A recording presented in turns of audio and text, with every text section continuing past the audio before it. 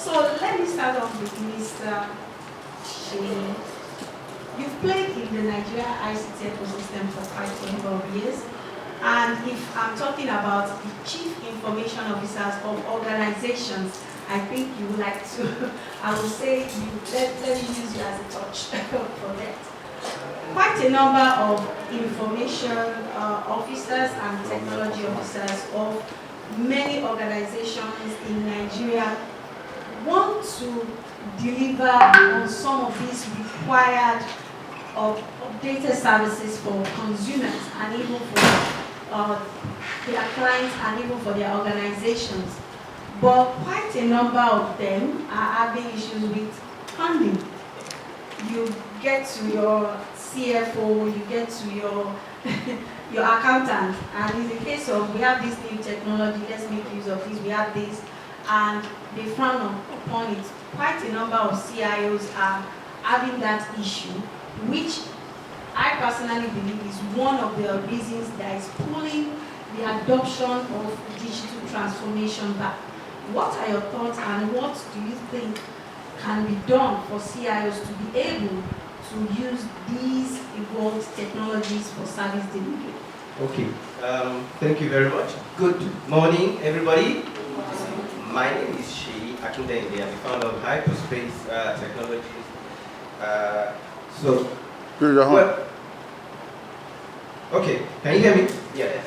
Okay, so she asked a very thought-provoking question about CIOs and getting funding for some of these things. And the problem is, a lot of us in technology space, we're so keyed into the technology that we do not sort of get the business value. It's almost as if we're hinged on that technology. We think that that technology is the be-all and the end-all. Forgetting that technology itself, anytime you deploy any kind of technology, it serves three primary purposes. The organization is looking at it from the perspective of, does it make us money? So if we deploy these technologies, is it going to allow us to have more customers? Is it going to allow us to get more business? The second thing is, does it save us money? So if we deploy this technology, are we going to save money? Is it going to stop us from, of course, during the early days of people digitizing in terms of getting personal computers for the organization, imagine that time when people were coming from, the days of doing things manually. You had to justify computerization, to some of these organizations. And part of it is you have to sell to them how it is saving you money. And the third thing, which is what we often lack in our space, is selling them on the idea of it solving the problem. So the CEO wants to know, the CFO wants to know, is it solving a fundamental problem for us? Everybody's talking about, deploying this technology, using these servers, using this equipment. When we read, we're technical people, and as soon as something new, something flashy comes out, we think we want to deploy it, but not keying into the fact that is this really solving a fundamental problem, for us? Which is, a question we have to ask ourselves, even in terms of, this data center, deploying servers to data center. When you see some organizations, when you do some kind of audit and analysis for them, you find out that sometimes they even really do not need to deploy certain things, to data center. Back in the day, 10, 15 years ago, data center was an alien concept, in that people would rather have resident data on their own equipment. So, apart from probably things like hosting your website on a separate server, a lot of the infrastructure you need was usually, built around the confines of the organization, which also saved a lot of money for those, organizations. But now we're saying that people have to move to the cloud, people have to move to, and when you move to the cloud, that's why I like this forum called D.I.S.C, Data Center, Infrastructure, Security, and Cloud. When you move to the cloud, there are a lot of things that you have to take into consideration. One of it is the third one, which is security. It is very, very, very paramount. I'm sure we've all seen in the news, how even in Microsoft, as big as they are, were sort of hacked by these midnight blizzards, these Russian hackers. So imagine a situation where a Microsoft, and it took them, they hacked into the server in November. Microsoft didn't find out until January 12, then they reported in January 19, and those guys are still using the same information now. So think about now bringing it home. Think about how a local CIO is going to justify to his CFO or to CEO that, oh, we need to move to the cloud. How are you going to do this security? How are you going to prevent, what are the tools you're going to use? So those are some of the challenges. That's why we often find, it's often a joke when we meet as well, that it's easy for a CMO, Chief Marketing Officer, to go to the MD and say, look, we need 20, private jeeps for our marketing team. We need them to go to the market. Because the CEO can easily see what those things are. So if you buy 20, and they give it's quantitative. So CIOs also have to be quantitative based. That means that you have to say, by deploying this infrastructure, by deploying these services, by moving to the cloud, by spending this amount of money, this is number one, what we are saving the organization in terms of bottom line. This is how it is enabling us to get more customers, and then this is the kind of problem that is solved. Until we do that, I do not think that the CEOs and the CFOs are going to release as much funds. So that's my take on that. Thank you very much. Any thoughts, Emmanuel? Okay, thank you. My name is Emmanuel Zeole. I'm the co-founder at API Century. So at API Century, we harness the power of AI and advanced computing to combat cyber attacks. And that's what we've been doing for a while now as a company. So there's something, just to throw more light on what my colleague just said is, in this space, we've seen a situation where CIOs or CTOs or even organizations, they are reacting to cybersecurity matters instead of being proactive, right? Because you see the case of, we don't want to pay attention to cybersecurity protocols until we are hacked. And that actually has been a problem. Yes, companies, management, stakeholders want to invest more in sales, they want to invest more in other assets. But investing in cybersecurity is key, because from statistics, businesses in Africa, the position to lose over $100 billion in the coming year to cyber attacks, right? So it's key for us to start paying attention to cyber security, as the case may be, because yes, we understand that it's not bringing in money as it were concerned as it relates to the sales department, but what happens when you lose money because you didn't pay attention to this? So my contribution is we should start being proactive to cybersecurity measures in our institution than just being reactive. Thank you. Thank you very much, Mr. Emmanuel. Before I go ahead, some whispers have come to my ears that is still not yet balanced. So I would like to call Ms. Chidera Eze Okonkwo of Nigeria Data Protection Commission to join us on stage.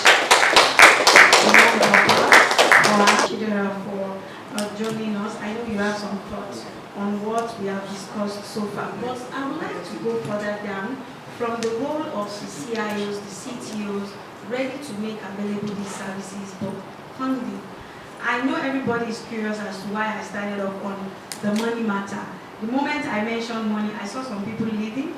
I know there must be some CFOs or some accountants, because when they hear money, they don't want to speak further. But guess what? Money is needed in this wheel to move forward. Before I go further down to cybersecurity intently, I want to ask Mr. Hyman, because of these digital services that have come up, there is need for many organizations to keep data of customers, of consumers of their services, not only for assessments or profiling for market purposes, but also for evolution of products and services. And we know from HMOs to hospitals to insurance companies, quite a number of companies right now are bound to make use of data and are getting data. But the issue is, are they protected? Your thoughts, please. Thank you, Moji. I wanted to add to the first discussion thread that and quite frankly, one of the big problems we tech people have is the ability to sell. So in IT governance, there's what is called IT business alignment, and being able to prepare sound business case to management for anything that is needed. So immediately you do not have that, and you do not have ability to understand the business dynamics or how to sell to your management, it becomes difficult for the CIOs to actually communicate. Most times we go in a very techy manner. We need to buy server, we need to buy RAM, and all that. So being able to bring what we need down to the primary language that our business people will understand, the CFOs and the CEOs, is one skill that CIOs need to have. So away from our comfort zone of understanding programming, techie, coding, algorithms, and all that, we also need to go to school of business. Speak the money language. To be able to speak the money language, that's just that. So coming back to what you just are talking about now, you see, already within the country, even though this has been coming from outside, which actually propelled the coming in of the GDPR, that's the General Data Protection Regulation from Europe, sale of data, and that is why when it was mentioned earlier that this is the new oil, and this is actually supposed to be the new input to driving business. So if you intend to target customers, you go sometimes to LinkedIn, and then you have a product that should sell to a certain class of persons. What happens is you can actually go there, and then based on profiling, the system is able to give you individuals whose attributes actually aligns to that aspect of the market or this territory or segment that you actually desire. So it's actually by the power of profiling.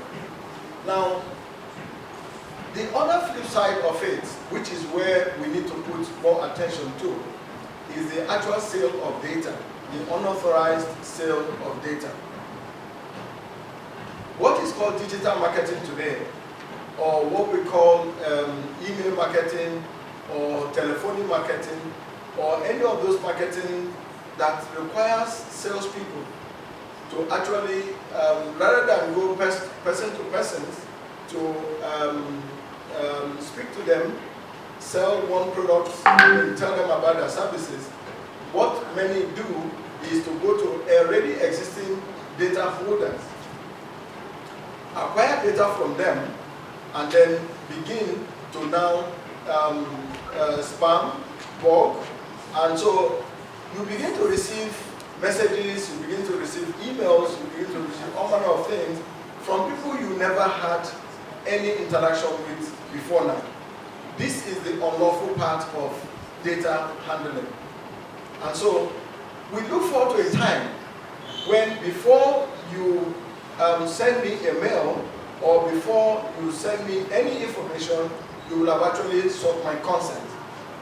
So we already have regulation currently that talks about consent, that talks about the rights of data subjects. So if you are not, or if you have not authorized an organization to actually have your data or send information to you, then your right has been breached. And this is what we actually preach around data protection. So it comes back to holders or hosts of this data, i.e. Those of us in the hosting area. Now, what do we do? Who gains access to the data? Who acquires the data? Do we have authorization to sell personal data of individuals who have not given consent to, for us to be able to sell? The truth of the matter is that you can actually get consent. So let's look at it this way. It's a business. And the reason why we call it the next oil is because you can approach me and then you tell me, I want to sell to, I want to sell your data to certain industries or a new business that have just come to town. I will buy your data for X amount. As long as I have given you my consent and I've signed up on it, then you can actually go ahead and sell my data to whichever organization. But in the absence of any of this, it still stays unlawful till today that you can acquire data from the street and then use it for any form of for any form of marketing or for any form of sales. So that is exactly one big challenge that is still there. And I believe till tomorrow, even where the act have come into existence, at least in the past 1 year, and the regulation in the past 4 years, we still find persons who spam people and send them unauthorized SMS, unauthorized email. When you have this, you have a case. It means that your data has been breached, and you can report to the Nigerian Data Protection Commission that your data has been breached. Then investigation can happen, and if we get hold of such individual, and by the way, the express route to get into the Nigerian Data Protection Commission so that you can actually have preliminary investigations done and all that are the DPCOs. So you have the DPCOs all around you where you can first make your incidents and then they can now take it up to the commission. So that's exactly what it should look like, and we look forward to having a cleaner data environment. Thank you. Thank you very much, sir. Looking forward to a cleaner data environment where there is permission and permission is granted, and whatever that is being gathered is allowed. Now you have torn quite firmly on regulation, and I come to Chidera. Chidera, regulation is one of the key tools that actually allows a particular market to grow. I want to ask, at the Nigeria Data Protection Commission, like you mentioned, what are those things NDPC is putting in place to actually, he has said, data can be safe. So what is NDPC doing to ensure they are actually safe in terms of regulation? Thank you so much for your question. And thank you for the opportunity to be on this panel to give my own contributions to the subject matter. So at NDPC, what we do simply put is that we regulate the processing of personal data. And our mandate cuts across various sectors and various industries.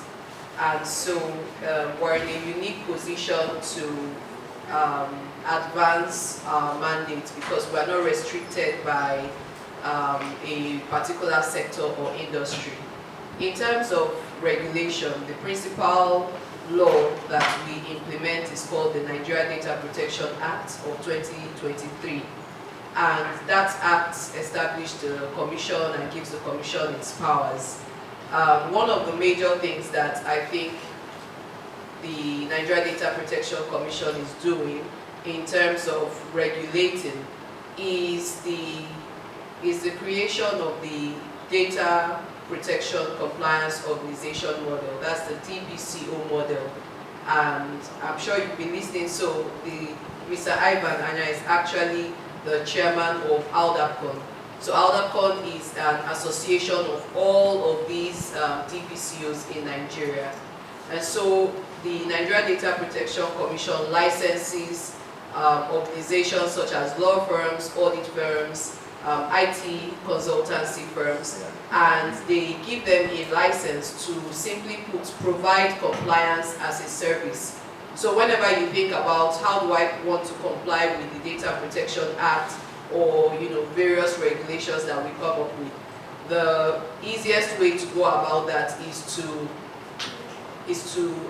appoint or rather engage the services of a DPCO. So with this DPCO model, we're able to reach out to data controllers and data processors spread across Nigeria.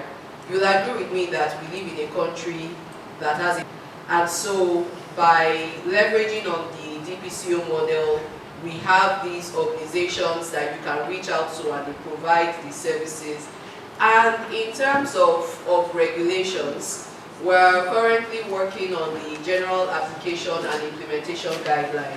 So after we passed the Data Protection Act in 2023, we held a number of sensitization and awareness programs and campaigns to basically let people know what data protection and privacy is all about and the issues that are surrounding it, because there's not one of us, there's not one single person that is not involved in that ecosystem. You're either involved as an individual or involved as an organization. So people need to have this knowledge. And we found out that we're doing well, we're putting the message out there, but we needed to find a way to simplify the language so that people understand what exactly are we expecting them to comply with, what exactly is our regulation asking them to do. And so if I were to break it down, I would say the first thing is that to comply with the Nigeria Data Protection Act, the first thing is you need to think about your position as an organization that actually collects or processes personal information. So before now, a while ago, we would meet some people who are patronizing data center operators, and you would ask them, you realize you're a data controller or a data processor, and they say, oh no, we just store the data. And so you ask the question, so what do you think data processing means? And then they're like, well, yeah, you're using the data and all that, but we're not using it, we're just storing it.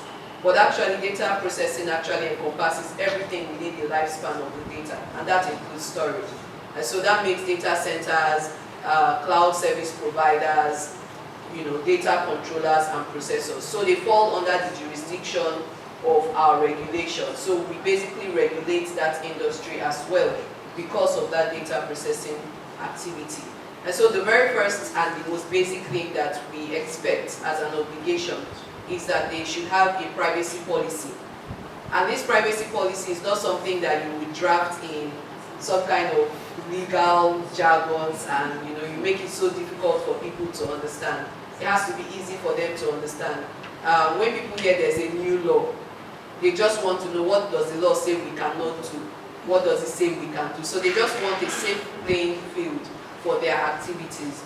And we don't want to create a field filled with obstacles. We're not trying to make it more difficult for organizations to do business. So we're all for ease of doing business. And in order to do your business, you need to let your customers know what exactly your business entails. So it's not enough to just say, okay, as an organization, these are the services we provide. But they need to also know that you're collecting their personal information. They need to know what this personal information means. What does it entail? Are you collecting their names, email, phone number, or is there something more than that? They also need to know what you're using it to do. What's the purpose, right? And all of these things have to be clearly communicated in the privacy policy. And so when we reach out to an organization to gauge their level of compliance with our regulations, the first thing we look at is your website. Is there a privacy policy on the website? How easy is the privacy policy to understand? The next thing we want to look at is there a data protection officer that has been appointed? So you can't have an organization that deals with personal data and you don't have a data protection officer. So it's funny, you go to an organization, you have a CISO, you have someone in charge of information technology, information systems and all that. But who is actually looking at the technical and organizational measures to protect that data? So there needs to be a data protection officer. And then thirdly, you need to appoint the services of a DPCO. This is because the law actually provides that you need to perform annual compliance audit reports. So these audits is what is carried out by the DPCO. And what they are looking at is they're not coming in to look at the data that you have. So we don't really care what kind of data you're holding. That's not within our mandate. What we want to know is that you put in place measures to ensure that the data you're collecting or processing is protected and then it's kept private.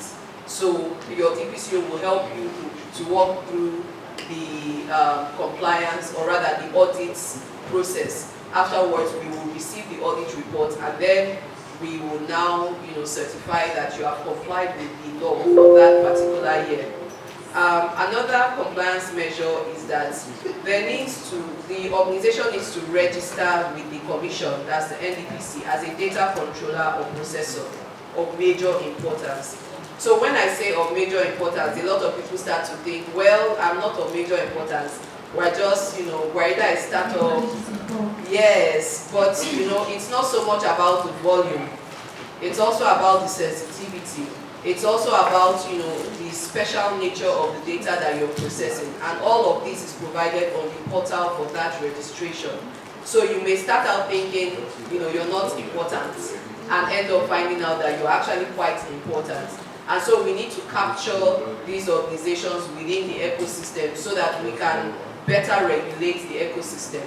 If we know, for instance, that there's a lot of activity in the cloud service provider industry or the data center industry, it will now inform us in terms of coming up with sectoral guidelines, for instance, that will then facilitate the data processing activities of that industry to now be in compliance with the Act. Wow, quite comprehensive indeed. So nobody must break the law. For all she has laid out and the insight she has given on what Data Protection Commission is doing. The speakers have touched on quite a number of points, and the key part of it is CIOs need to be less technical and talk the money language. And there is need for CIOs. Yes, it's good to concentrate on the technology, but also you need to also concentrate on what the CEOs and the CFOs will really understand as to why you need these technologies. And we understand that there is need for permission to be granted and also permission to be given. But while there are many contents being generated every day, apart from your email, your phone number, content are being generated every day, every hour in Nigeria, and it needs to be stored somewhere. Hence, the data center service providers. Engineer Inamani, is he on? Not yet. Okay. Let me go for it. Okay. While we are waiting for Engineer Inamani to join us, let me go to emerging technologies. This is, I know a lot of people are now curious. Emerging technologies play quite a number of roles, and that's where the cloud comes in. Oh, new technology is here, let's make use of it. But the question is, are we making use, do we even understand the ones on ground enough? Do we have them enough? Are we absorbing too much of these innovation and technologies to make our data and the data center market as a whole, the service providers and also those that are making sure the rules and regulations are followed? So, Mr. Shea, your thoughts? Are we absorbing too much? Okay, yeah, well, technology is probably the only thing that you can leverage as even, a small business or a startup, to get to the next level. Just as the mobile phone helped in, leapfrogging the African continent to the next level, even though we didn't have, sort of the landline. So I wouldn't say we're absorbing enough, but I also think that because of the nature of some of these technologies, we often find out that the technology usually, adoption of this technology usually precedes something like regulation. So what you often find out is people are already using the technology before, and a case in point I want to mention now is, yes, we're talking about cloud computing and all that, but right now we now have artificial intelligence. And one of the things you find out is when you use some of these artificial intelligence products, they have biases in them because some of the data that was used to train these AI that we're all using, LLM, these language models, are westernized. So it's always going to be difficult for you to find things that are very local. So I think going forward, probably some of the data centers also need to sort of adopt these new technologies. For instance, now if you go to any data center in Nigeria, you can't. We are AI. Sorry to continue. I think Engineer Inamani is now with us, and he has heard the challenge. Data centers need to also update their service delivery in part to the service demand. Engineer Ike Inamani, can you hear us?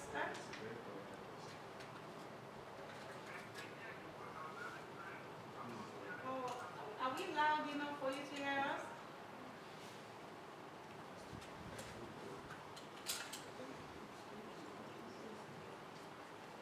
Okay, you can. Okay.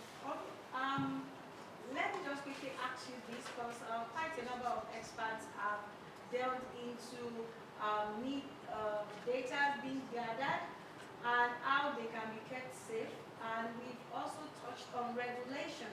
But the part we've not touched is where they are being kept and the services for those that are keeping these data and making them available. But the question is this: the market for data centers in Nigeria is growing, is existing, is growing, and will continue to grow. And it will continue to grow. So the question is, do we have enough investment? Because we know investors want a return on their money. Yes. Do we have enough investment for these markets to continue to grow? And how do the trust in the Nigerian data centers, how can it be cultivated?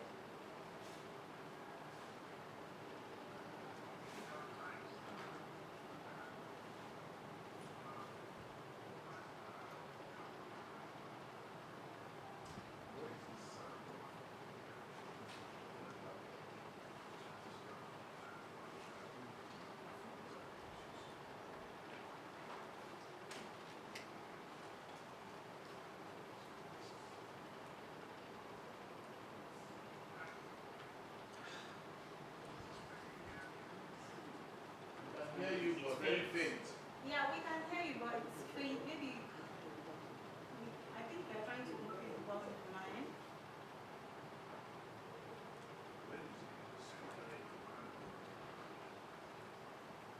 It's faint. We can hear you, but it's very faint, sir.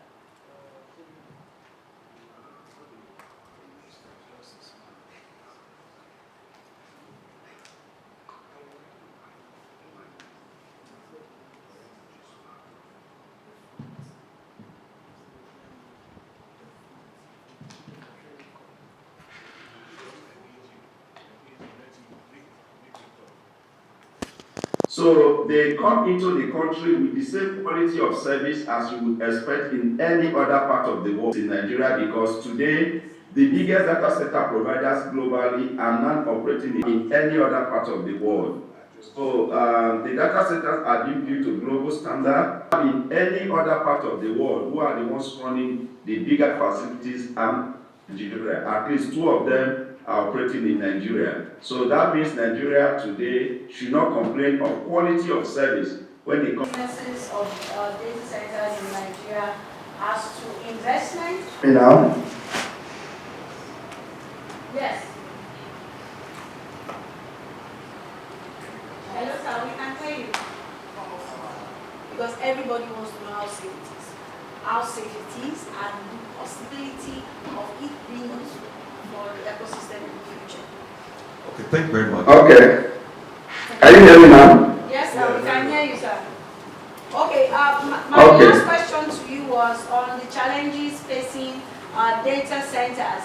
And one of it is the effects, apart from telecommunication use in the data economy.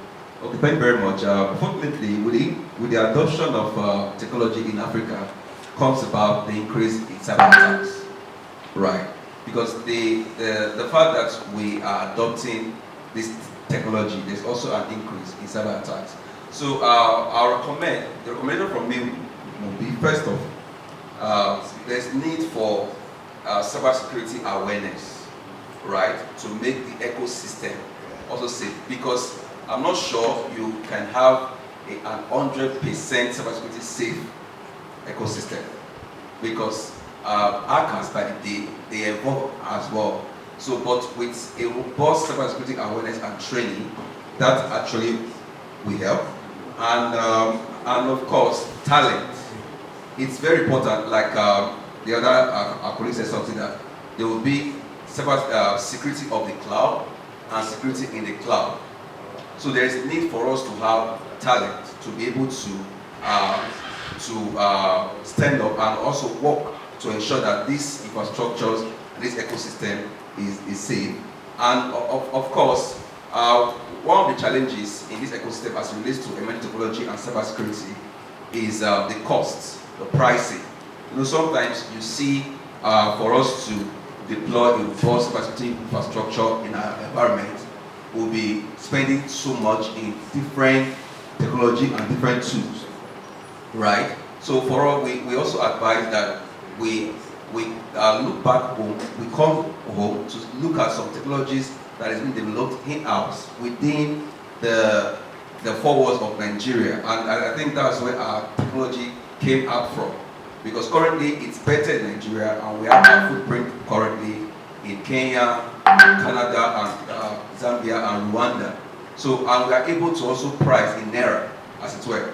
So these are some things that we can put in place to ensure that we have an enabling environment and people can actually accept and adopt technology in the ecosystem. Thank you very much. Now, still on cybersecurity, your thoughts on secured data centers, like the engineer Namani has mentioned, that the market is facing quite a number of challenges, and one of them is the FX. But like Mr. Emmanuel just mentioned right now, cybersecurity. Your thoughts on cybersecurity for data centers?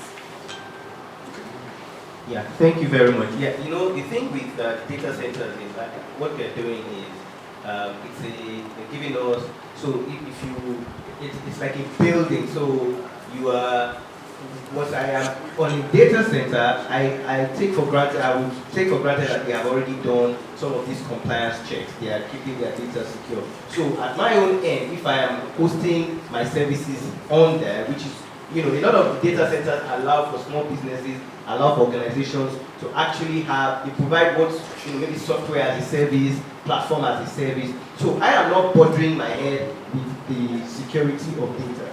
That has been outsourced to them, which is why they go through this, you know, this regulation, this data protection, so that at the end of the day, I go to them knowing fully well that they will secure my data. And the good thing is they are doing a very, you know, they're doing a good job. You cannot have 100% secure, like I mentioned at the beginning, even if in Microsoft can be hacked. at that level. It simply means that regulation and compliance isn't really enough at the moment. Because the regulation, compliance, and all these risk management would always trail behind innovation. Right now we're talking about AI. Now, I don't think there's any data center in Nigeria now that can host sort of like an AI data, like, that is secure, that, just sort of like what we have over there. But I'm sure that with Mr. Ken as well, and the data center ecosystem, they're probably putting servers and infrastructure in place to be able to secure these things. And like Mr. Emmanuel also said, there's also cybersecurity as a service.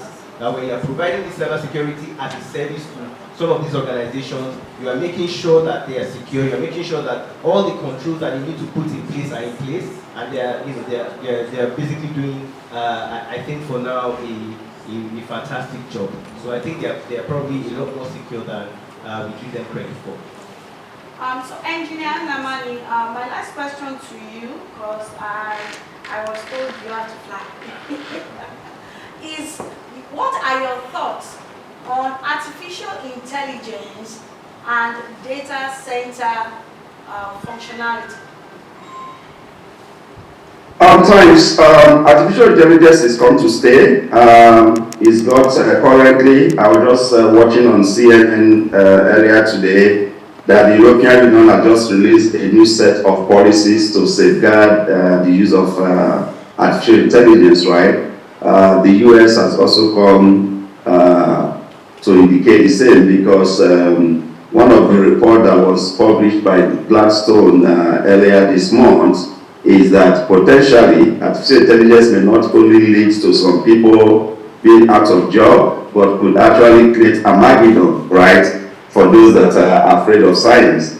But irrespective of some of this, the reality is that the benefit of artificial intelligence far outweigh the challenges on negative side of it, right? The benefit is just too enormous to be ignored. So it's something that has come to stay and will keep advancing. For that purpose, data centers are today being redesigned to be able to take on artificial intelligence applications.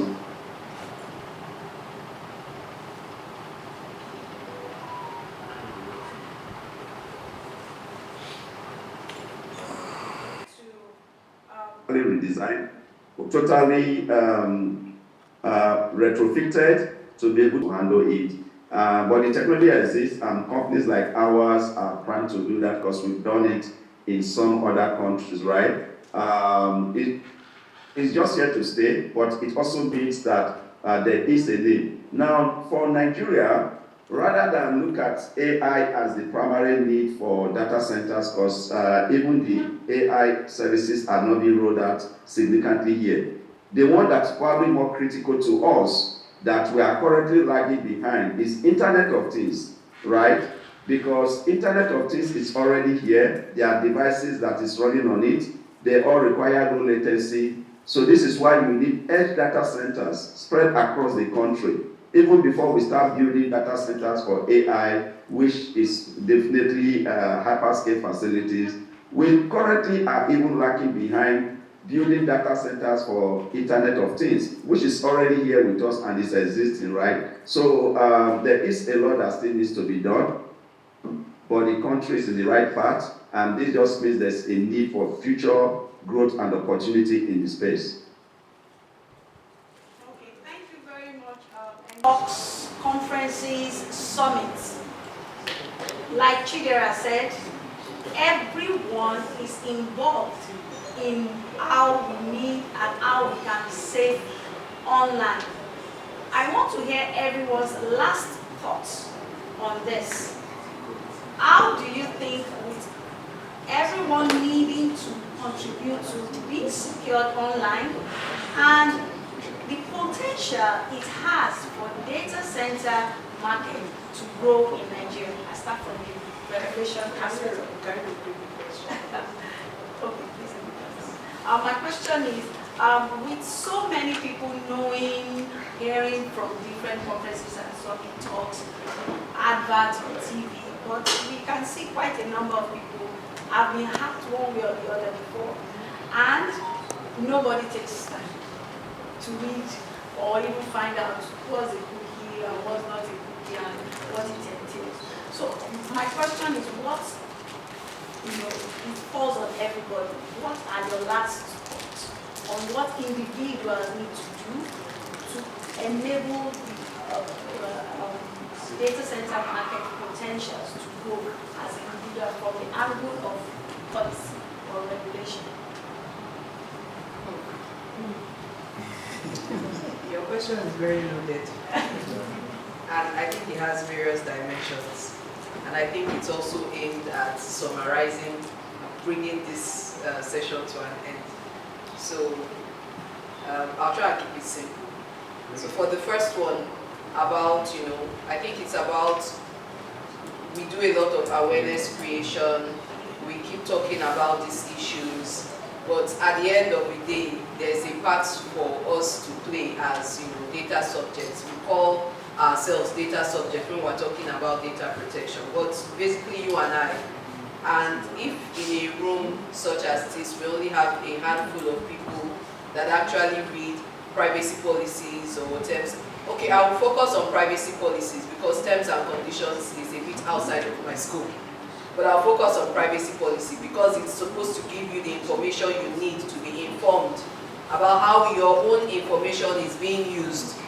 I think we're doing ourselves a disservice if we are not reading it. Yes, it's voluminous, but there is a way to send feedback to the organization whose policy you're reading to say, look, this is too voluminous. If everybody takes out time to send one email that says it's too long, eventually something will be done about it.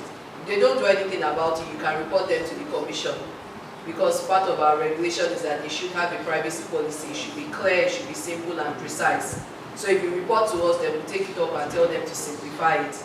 But if they simplify it and you don't read, then there becomes another issue. So that's on the one part. Now I've forgotten the second part of your question. Right. Since you said it's loaded, Yes. I don't want you to So unload the too remaining much. part of it. Okay, no Mr. problem. Emmanuel, your last thought on the potentials from the angle of cybersecurity. What are the potentials of data center market growing in Nigeria from the cybersecurity angle? Okay, people want to trust the centers to be able to deliver on their promises. So I'll just say that pay more attention to cybersecurity protocols, right? Yes, we pay more attention to cybersecurity protocols, and which also includes compliance and letting the populace know that, hey, we're in compliance with just as what we did that gave us an edge in the market space. So that actually will help the adoption and scalability of the data center, of that industry in Nigeria. Thank you. Okay, thank you very much, Mr. Emmanuel. Mr. Ivan, your last thoughts on the potentials of the data center market growing with respect to organizations that gather these data and the organizations that enforce the protection of these data? Well, I honestly think that when once there are strong regulations, when once compliance is good enough, and then you see, because there's a flip side to this thing. Even with regulation, and then like the commission have done something fantastic, which is having DPCOs come to you, and the DPCO is expected to assist you to meet the requirements as stated under the law. The next other thing is how much are you doing yourself at data center to ensure that you have gone through compliance, you understand the regulation, and then you have implemented safeguards as will be advised by the DPCOs. Now, it's a very comprehensive law that has been made. The regulations are there and new things are coming up. When once data centers are able to provide this level of comfort, I believe more trust will be put on them.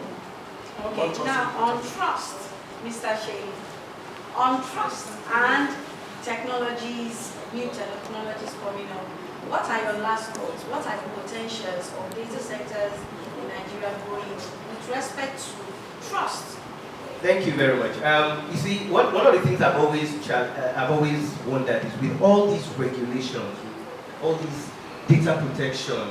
I know a lot of organizations are doing all these ISO, 27001 risk management. We still have, issues with protecting data. It leads me to conclude that the problem must be with the human being, must be with the person, because of the way we think.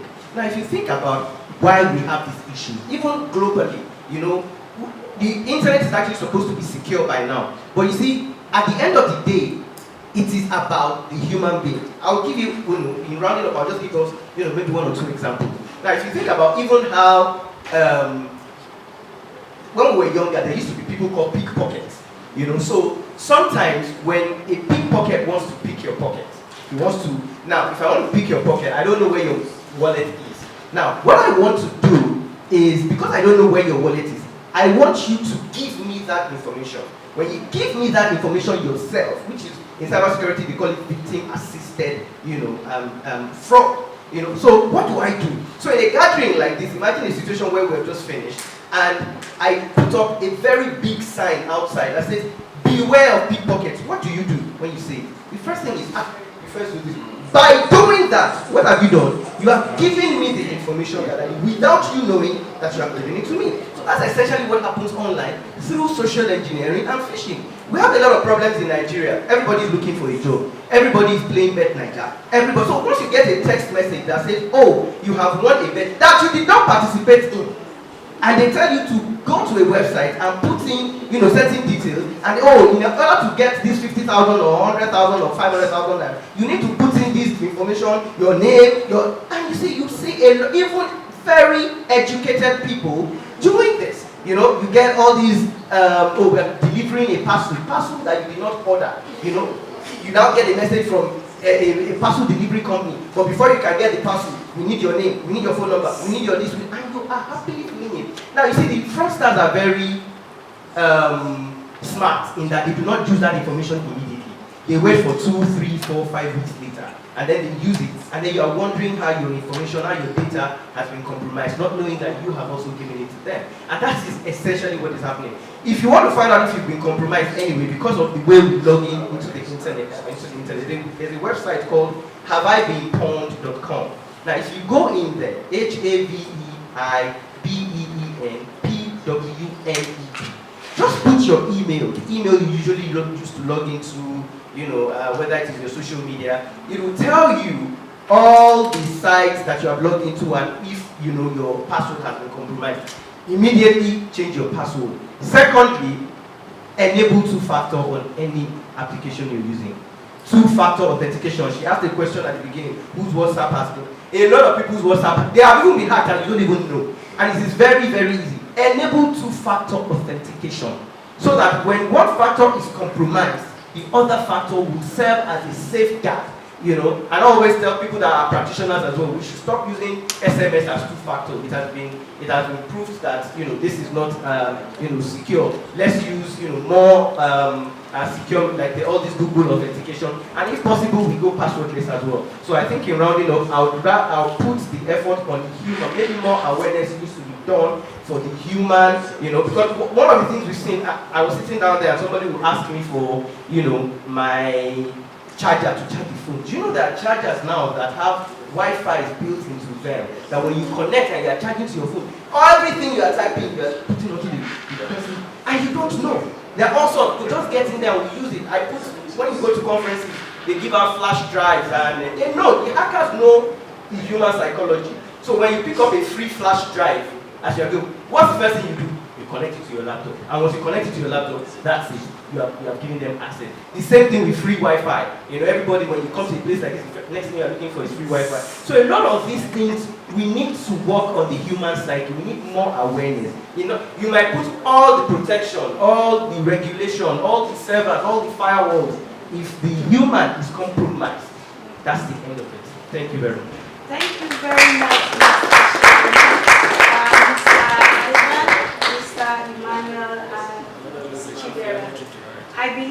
and every one of us, we've learned one or two things. Really, I didn't know my charger can be used as, oh my goodness. I've learned one or two things today. As in, they keep evolving on the ways to take from us. Oh, it's the DPOs. Oh, it's the government regulation. Oh, it's the data centers. Each and every one of us is actually responsible first for our safety online and offline. Are there any questions or comments from the audience?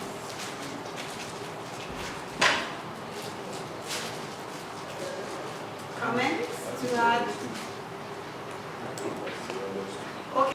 And then sometimes too, even when you are hacked, you don't even know that you have been hacked.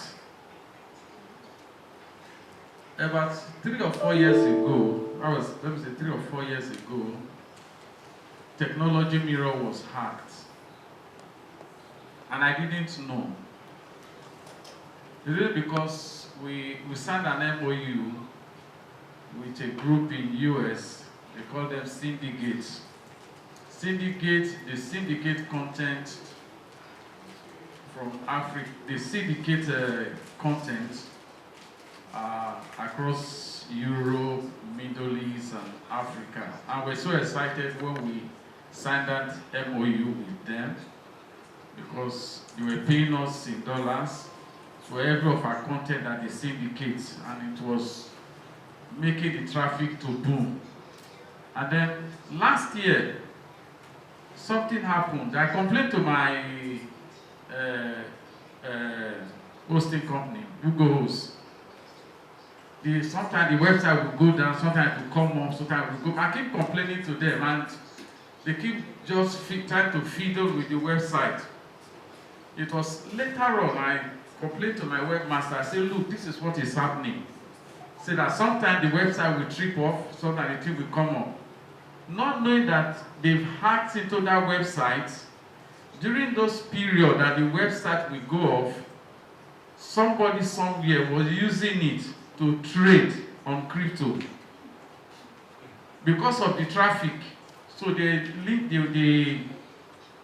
taking advantage of that traffic, and they were using it as what? As a crypto website. I don't really know what was going on until my webmaster discovered it. That look, boy, this is what is happening. So a lot of script on the website was changed. I mean myself, I didn't even know. But I was uploading content into it. People were still reading it, they were still visiting the website, and they were also reading the content on it. Eventually, the webmaster was able to go around it. He removed the script, which Google couldn't even remove. They didn't even know that there was already a script on that website, and they were using to use that same technology mirror to trade on crypto. And which was a very serious offense. If EFCC have even got to know, which I didn't even know. So sometimes you can be hacked and you will not know. And the saddest thing that when they hack you and you don't even know, it's even the worst part of it. Because a lot of things can happen. And that's why we actually need to be very, very, like as he said, the human factor of it. It's very, very important. Thank you. Apart from just and secondly, apart from just the human factor, which I just reacted to, I also recommend that you should put tools in place that helps you detect and respond against cyber attacks. Right. The little thing would prop up people to, just go in and do anything. Now, I've received a lot of mails on my own email box. Now, what I did was that I create a particular folder. Each time you come, I drop it there. Each time you come, I drop it there. Now, to anybody, there's every tendency that you would want to try to say, okay, let me even see what is done. And that is where the human come into play. There is no engineering, there is no electronics, there is no AI that exists without an human capacity involved. So it's either you accept it or you don't want to accept it. Now, that is where our own personal intuition comes into play. Who would send SMS to you saying you won? Yes, you have not participated. There are some people who would go there and still do it and do gambling, because all of these things are gambling. And in any situation where gambling is or gambling exists, there's every tendency that whether you will win or you will lose. Let's be truthful to ourselves. But that is where each person, extent comes into play. And the awareness that we are having today are part of what gives us that opportunity. But I can still tell you, amongst us who are seated here, some people will still receive an SMS after this session, after this forum, and they will still go ahead and still do that. But you see, it is not enough to get all these things together. It is better for you to sit down and articulate them and even rub minds together. Now let me just say this. Somebody who wants to go into transport. Unfortunately, he said he felt that okay, it was a business for him to do. Now, he did not consult those who were involved. Now, he went to get an hire purchase. Now, there's a problem as we speak, as I speak to you now, that is bringing his BP so high. Now, that is where the collaboration is essential. It is not that, okay, I know. There's also somebody who has gone beyond you, who has participated, who has experienced it, and which can tell you that at this point, this is where you should stop. So that's my comment. Thank you. Okay, so we have the rest of them and these developments in Africa. And based on what we've seen so far, it's as if we've done a lot. Like we talked about digital reality and MPX and everything else. But it begs the question now. Is it that we've not done enough in the sense that the big players, most African startups and companies depend on the big players like AWS, GCP, and Microsoft Azure. When you go around, just move around, you find that most companies here still depend on them. So the question now is, for the panel is it that we're not doing enough in Africa? These developments, because I don't believe if you cannot conceptualize any developments, that means it's not development at all. So what is the problem now in Africa? Is that we're not doing so well to possibly do development so well? Where we the aggrieved, we the victims, can commonly call and be sure we have interest. That's one. And number two, don't wait for us to report. Do the work yourself. If you have companies writing thesis, do you understand? And they want us to just allow. I mean, but if they know that you can sanction them or can correct them, they will be alive to their responsibilities. So don't wait for us to report them to you. Please, on your own, try and check out this people and restrain them from people they are not supposed to. That's just one. But collaboration is key also. Let's have a report channel and then give us a way to collaborate with you. Some of us don't mind to be reporting to you to get people who are doing wrong to get to notified. Thank you. Everyone, whether you like it or not, you are already living in the digital economy. And cyber attacks will be more. Whether you like it or not, it will be more. My advocacy would be that organizations should earmark more money for cyber security. What we see playing out today, many organizations, because the benefit is not is fluid. You know, it's not something you can hold. It's intangible.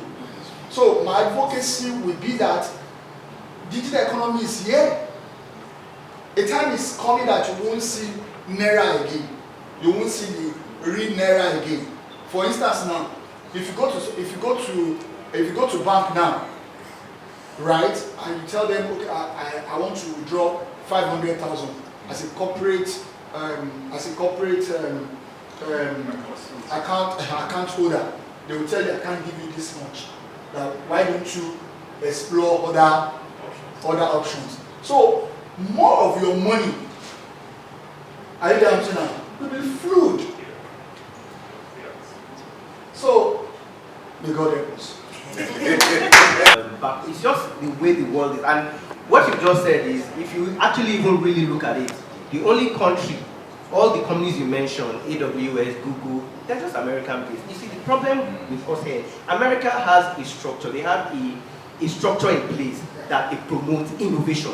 So they don't care. It's here that, you know, when you have an idea, you can't even go, nobody will fund you because we optimize for the downside. So by default, if you come to me and say you want to start a data center, I already know that you will fail. So I optimize for the downside. I'm not going to fund you. But America over there, that's why they have their VC. If you go to San Francisco, the VC, the venture capital, you know, is huge. They can fund you, they know, and then they have a long-term plan. They don't care whether, that's why even Amazon didn't make money for so long, you know, until they turn profitability. They can wait. So it fosters a culture of innovation. They're able to create, but they're able to fail faster and, you know, create more things. That's why even all over the world, you see that a lot of these things, Tesla is, have you seen Tesla in Africa? No. Starlink, have you seen them in Africa? No. A lot of these things are there because they have a culture of, you know, failing often and failing fast. And in the last comments that you made, you just made me remember certain things about, you know, education is very key in this part of the world. We need to train. What we've seen is that a lot of us here, when you say you're an accountant, you just say, oh, I'm an accountant, I don't want to learn IT. When you say you're an auditor, oh, I'm an auditor. A lot of these things are crossing boundaries now that you have to, an accountant needs to know how to read code. So convergence of skills. An auditor needs to know how to read code. Otherwise, like for instance, we had a situation with a financial institution a long time ago where it is when you are in the technology field that you know that there's a difference between mathematics and accounting. So let's say there's a fraud, like something has happened and you are tasked with investigation of that fraud.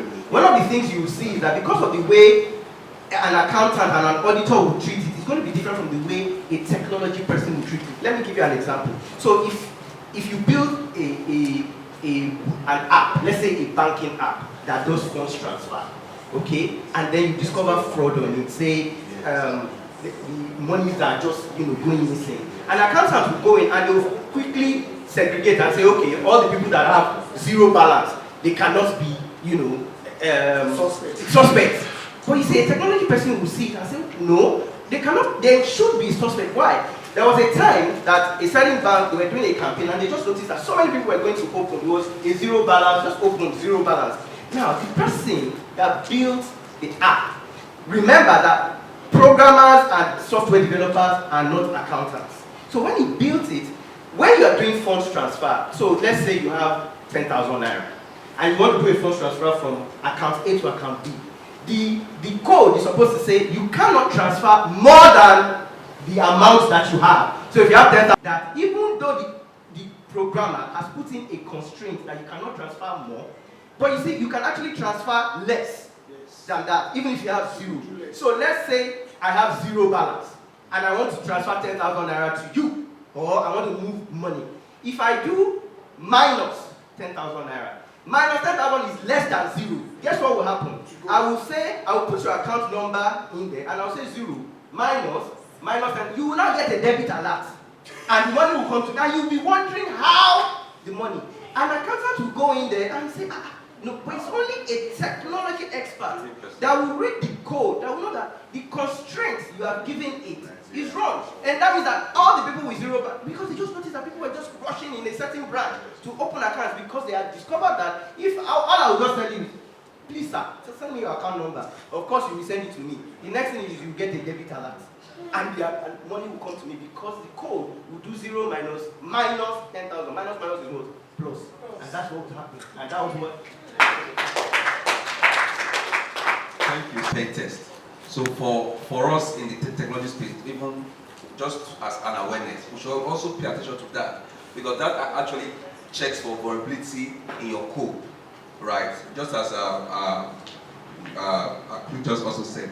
So to your question, first is I would like to classify the data center under deep technology. right? I was in Egypt some few days back, and I added my voice to that of the Egyptian government to say that it's high time we started adopting our technology, African-based technology in Africa, by Africans.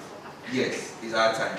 Yeah, I understand, we have this notion of the whites, permit me to use that word, that what they build is 100%, is perfect. We can do better. I should trust our technology. Yeah. So that actually brings the issue of trust.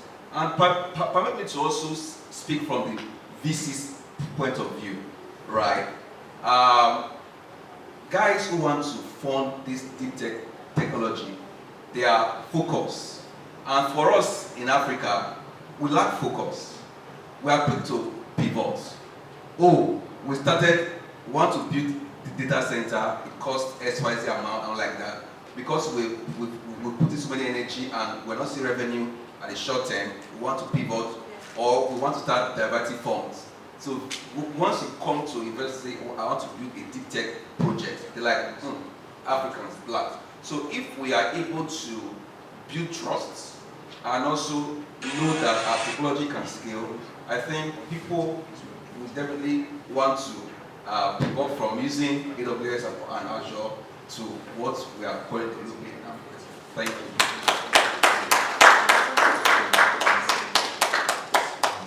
And to address your comments, we actually do have channels of communication.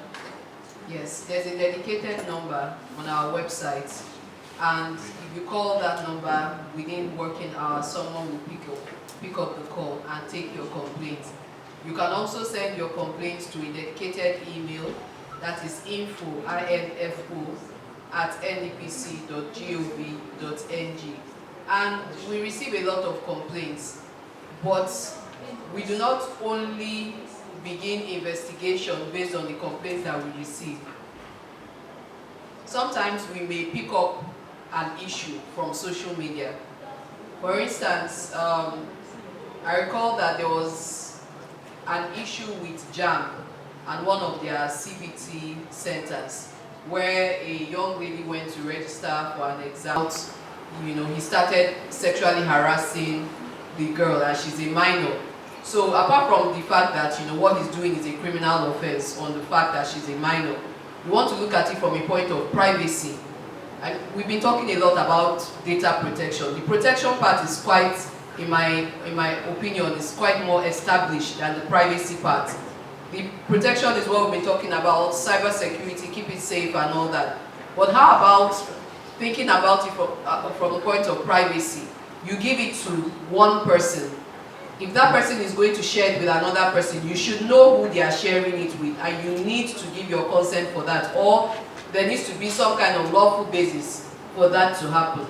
So you go back to this scenario now, you have this girl whose phone number is in the hands of this guy. He's supposed to use it for a different purpose, he's now using it for another purpose. We didn't wait for that lady to come to us. We're doing a lot of awareness, but not everybody is aware yet.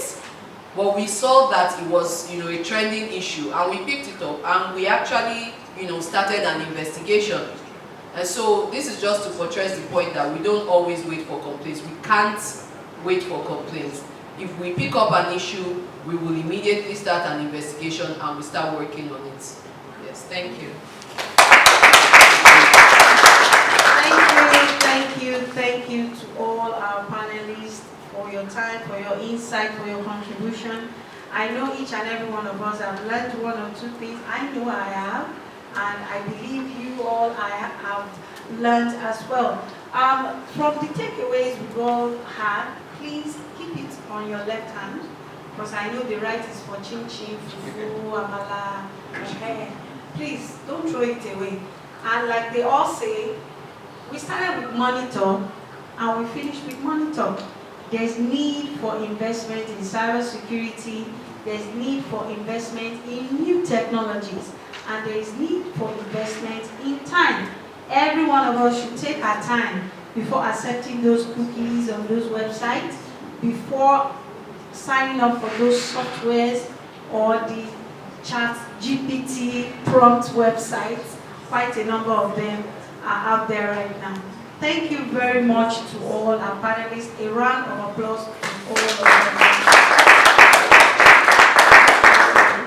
So can we have like a photo session for the speakers? And,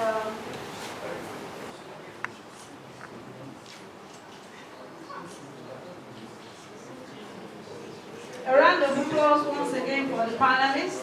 A number of us were very honest because we've been hacked on our websites, WhatsApp, Facebook. Thank you for being honest. At least from there you know Elias. He's a cybersecurity expert.